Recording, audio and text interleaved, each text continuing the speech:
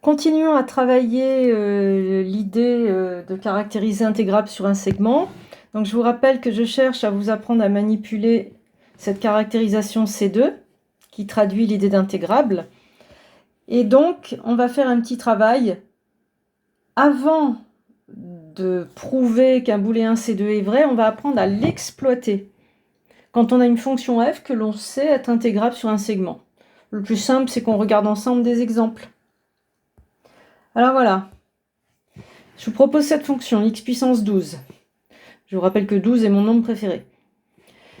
J'ai figé a et b, avec a strictement inférieur à b, donc j'ai un vrai intervalle. Et je vous demande de justifier l'existence d'une subdivision qui sera baptisée x0, xn, de ab. Et la différence des darboux associés sera plus petite que 1 millième. Alors, en fait, vous devez comprendre qu'ici, on est relié au booléen de C2, le petit 2 de C2. Mais qu'est-ce qu'on sait? On sait que f, c'est une fonction usuelle, elle est continue sur AB. Donc en fait, si je voulais justifier que cette fonction est intégrable sur un segment, je n'ai pas besoin d'aller chercher des darboux si on ne m'oblige pas. Je vais me contenter de dire, elle est continue sur le segment, et d'après mon cours, être continue sur un segment, ça prouve intégrable sur le segment. Donc, je vais le dire. J'observe f appartient à C de AB, il n'y a pas de problème de définition, il n'y a rien, peu importe A et B. Donc, f est intégrable sur le segment AB. Parce que continue sur un segment, je vous rappelle que ça n'est vrai que pour les segments, c'est pas vrai pour un intervalle en général. Ça justifie, ça prouve intégrable sur le segment.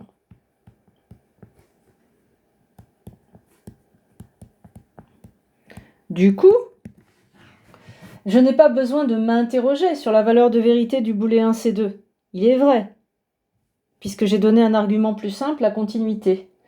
Et donc, je vais l'exploiter. Ainsi, eh bien, la caractérisation C2, qui est rappelée ici, elle est vérifiée. Et pour l'exploiter, eh bien, il suffit ici que je choisisse de déclarer un epsilon qui fait le job. Qu'est-ce que vous voulez? Vous voulez montrer que c'est possible de poser la subdivision avec votre différence plus petite. Je vais mettre inférieur ou égal à 1 millième. Ça n'a pas d'importance, inférieur au strict. Eh bien, voyez bien que avec epsilon égale 1 millième, le fait que la caractérisation C2 soit vraie, ça vous prouve que vous avez le droit de déclarer x0, xn qui vérifie votre différence de darboux plus petite que 1 millième. C'est ça que j'appelle exploiter un booléen. Vous savez que ce booléen universel est vrai, donc avec epsilon choisi positif comme valeur 1 millième, vous savez que le petit booléen qui est là est vrai aussi. Et donc ça légitime ce qui est demandé, l'existence d'une subdivision. Ainsi, la caractérisation C2 est vraie, et avec epsilon égale 1 millième, on peut l'exploiter. C'est un epsilon positif. On justifie l'existence demandée.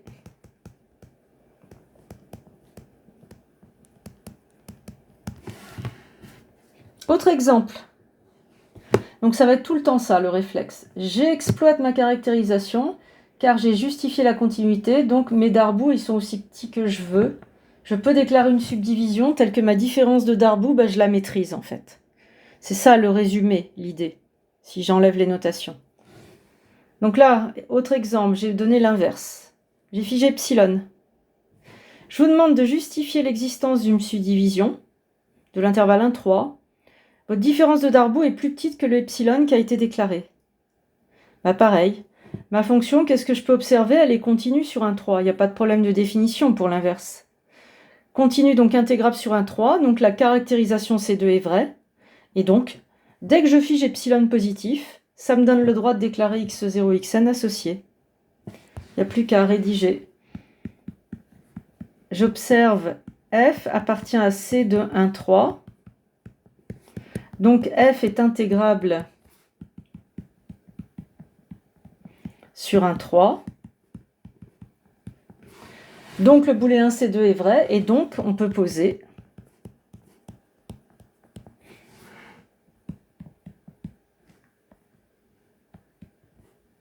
x0, xn subdivision de 1, 3 avec les dn plus moins dn moins inférieur à epsilon. C'est exactement exploiter la caractérisation. En fait, dans la question 1, j'ai dit avec epsilon égale 1 millième, ça marche. Là, j'ai envie de vous dire, c'est comme si j'avais posé epsilon égale epsilon. Vous voyez l'idée? Je vous rappelle que la variable est muette ici, elle n'est pas figée. Donc là, si vous déclarez epsilon, vous avez pile poil les notations par défaut qui coïncident bien entre elles. Et vous avez le résultat. Continuons. Je vous présente cette fonction, j'ai figé epsilon, positif. Il s'agit de justifier qu'on peut couper 0,12 et avoir la différence des darboux plus petit que epsilon sur 2. Même combine, votre fonction est continue, elle est intégrable, vous maîtrisez votre différence de darboux. Simplement, là, il faut que vous compreniez que j'ai exploité ce booléen. Il y a conflit, en fait, entre les epsilons. Si vous mettez un epsilon prime, eh bien, vous comprenez que en fait, j'ai figé epsilon positif, et en choisissant epsilon prime égale epsilon sur 2, j'obtiens l'existence de ma subdivision avec ma différence de darboux plus petit que le epsilon sur 2. C'est cette histoire de variable muette et figée. Le epsilon est figé, mais le epsilon dans le booléen ne l'est pas. Donc s'il y a conflit entre les notations, mettez un petit prime pour mieux lire. Mais du coup, en fait, ça, c'est censé être une évidence. J'observe f continue sur le segment 0,12. Donc, f est intégrable sur 0,12. Donc, le booléen, pour tout epsilon prime strictement positif, il existe x0, xn, subdivision de AB de 0,12. Tel que ma différence de darboux plus petit que epsilon prime est vrai. Et avec epsilon prime égale epsilon sur 2, on obtient le résultat. On fige epsilon sur 2 et on a une subdivision telle que le résultat de la différence est plus petit que epsilon sur 2. Et ainsi de suite.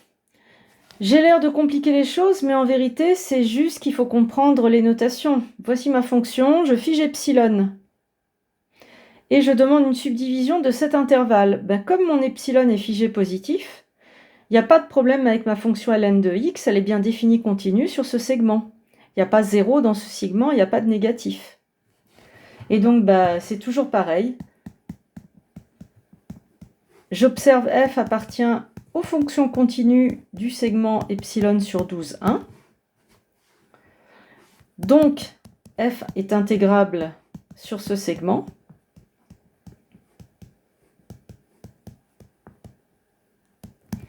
Donc, le booléen qui est ici de la caractérisation C2 est vrai. Et j'ai mis un prime pour ne pas faire conflit. Et avec epsilon prime égale epsilon sur 2, on obtient ce qu'on veut. Donc là, si je fais un petit copier-coller de ça, si je devais le rédiger, j'insérerais éventuellement ça.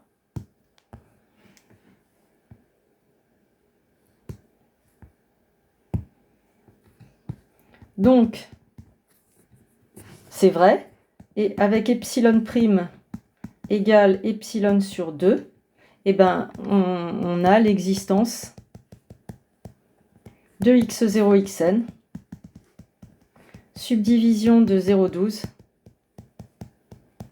et le dn plus moins dn moins associé est plus petit que epsilon sur 2. À bientôt pour la prochaine vidéo où on va voir dans un exercice comment on manipule tout ce qu'on a vu avant.